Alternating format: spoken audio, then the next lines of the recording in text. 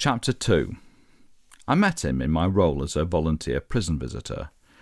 Prison visitors are people who befriend prisoners in the hope that this will help them steer them back onto the straight and narrow. The hope is almost always forlorn, as most criminals reoffend, and often within days of getting out. When I sat down opposite Jim in the visitor centre at Strangeways, he barely acknowledged me. He was dark and sullen-looking. Between us was a small grey table, and all around us criminals and family members mingled together. I introduced myself with practised cheeriness. "Hello, Jim," I said. "I'm Bradley Sharp. You can call me Brad." He looked at me with sadness in his dull eyes. He had good reason to be sad. He was dying of cancer and had been given only months to live. He had been hoping to be released on compassionate grounds before the year was up, and to spend the last days of his life on the outside, but this had been refused. I'd agreed to provide him with the support he needed to remain positive, or at least something short of suicidal, during the short period of life that he had left. "Hello," he replied. "Pleased to meet you, Brad." He didn't look particularly pleased, but at least he was trying. I wondered how to begin our conversation. I thought of a number of opening gambits to get him talking, but I didn't end up needing any of them.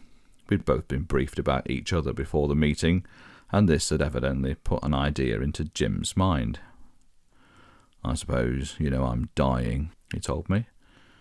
"Yeah, I've been informed. I've been giving it a lot of thought," and he leaned closer to me. "I have secrets, Brad.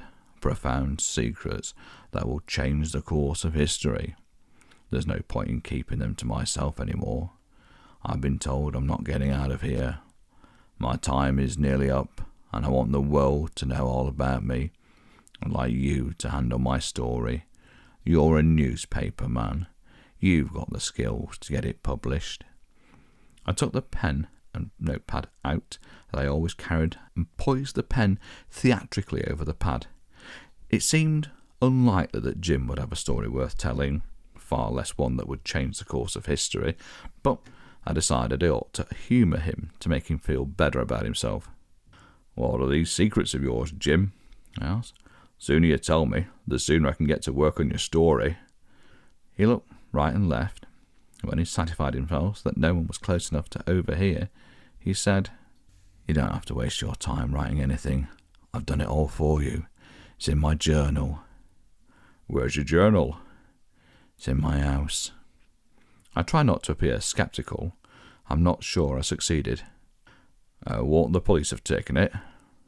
A sly smile formed at the corners of his mouth. "They don't know about my house," he replied.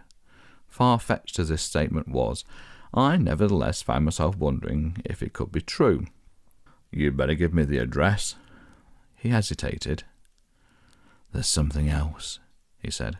"I want you to promise me that you won't publish anything about me until I'm dead." This was a condition to which I could readily agree. Jim probably had nothing useful to give me in journalistic terms, and if he did, well, I wouldn't have long to wait until he was gone. "Agreed." His response was brief and to the point. "Give me a pen and a piece of paper." I handed him my black ballpoint pen and a page torn from a notebook. This was strictly against the rules, but no one seemed to notice, or if they did, they didn't give a monkey's. Jim wrote what looked like a number of Chinese characters on the notepaper and returned it to me with the pen. "Go to Chinatown, to a medicine store called Choose Herbs," he said, "and ask to speak to the owner. Tell him that Jim sent you and show him what I've written. Chew will give you a set of keys to the house. The address is the Old Chapel, Palatine Road." At my age, pushing 60, I no longer had the confidence to rely on my memory, so I noted that down. "This may be the last time that you see me," said Jim. "My mission's nearly over. I don't think I'm going to last much longer." And when I left Jim, I headed straight for Chinatown.